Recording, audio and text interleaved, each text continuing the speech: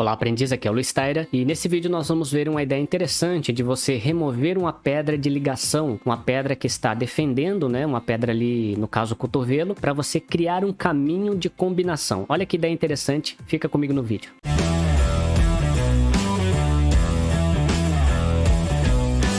Se você é um aprendiz do jogo de damas, se você está começando a jogar damas, não esquece de deixar o seu like, deixar o seu comentário para o YouTube entender que você se interessa por esse tipo de conteúdo. Então essa é a partida número 5 do nosso torneio número 50 lá no Lidrots. Estou jogando aqui com o Mestre Arlindo, Arlindovski. O nick dele lá no Lidrots é Dragon Lessa. E Mestre Arlindo, né, um jogador forte. Aqui nesta partida, o Mestre Arlindo estava com 1649 de rating. Eu estou com 1419. Estou de brancas, Mestre Arlindo de pretas. E aí nós chegamos nesta posição. Então, como que a gente chega nessa posição aqui? Vamos voltar.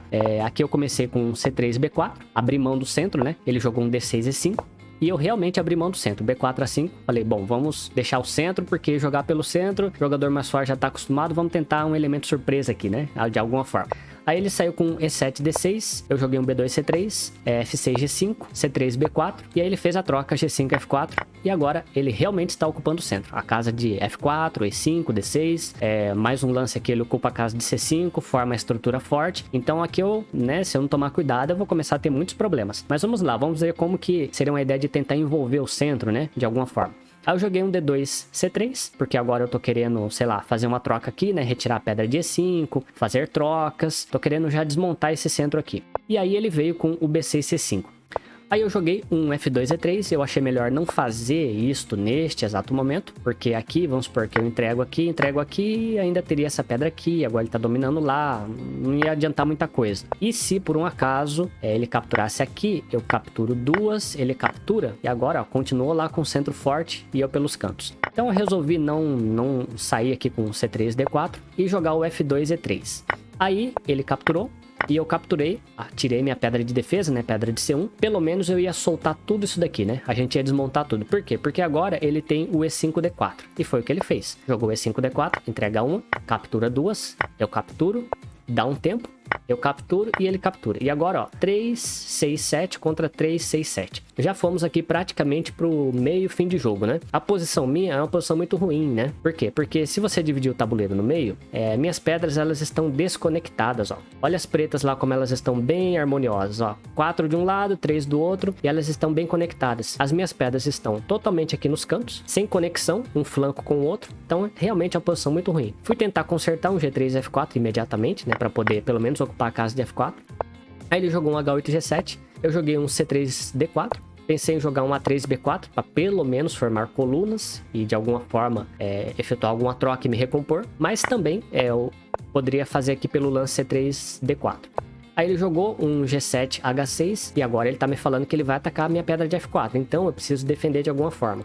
Jogar aqui o F4, E5 não adianta muito, né? Porque ele sai e agora ele tem essa ameaça aqui, ó. E que eu vou jogar aqui, né? Nesta posição. Não tem nada que eu jogue aqui que vai evitar o próximo lance, o A7, B6. Então, quando ele joga lá ameaçando, né? Eu vim aqui pro F6, E5, eu não ataquei. Eu preferi vir defender essa pedra aqui de F4. Por quê? Porque agora, se ele ataca, e foi o que ele fez, o F6, G5, eu defendo com F2, E3. Beleza, tá defendido. Só que aí ele jogou o G5, H4. Aí quando ele joga o G5, H4, aqui eu tenho um problema, né? Por quê? Porque veja, o que eu vou jogar aqui nesta posição? O meu medo era, vamos supor que eu jogue qualquer outra coisa. O próximo lance dele vai ser um H6, G5. E vai passar aqui pra dama. E agora, o que eu faço? Não tem como impedir isso aqui de passar pra dama. Então, como é que eu vou jogar nesta situação, né? E eu não visualizei isso lá atrás. E agora aqui, o que eu teria pra resolver essa situação? Fazer uma troca? Um A5, B6?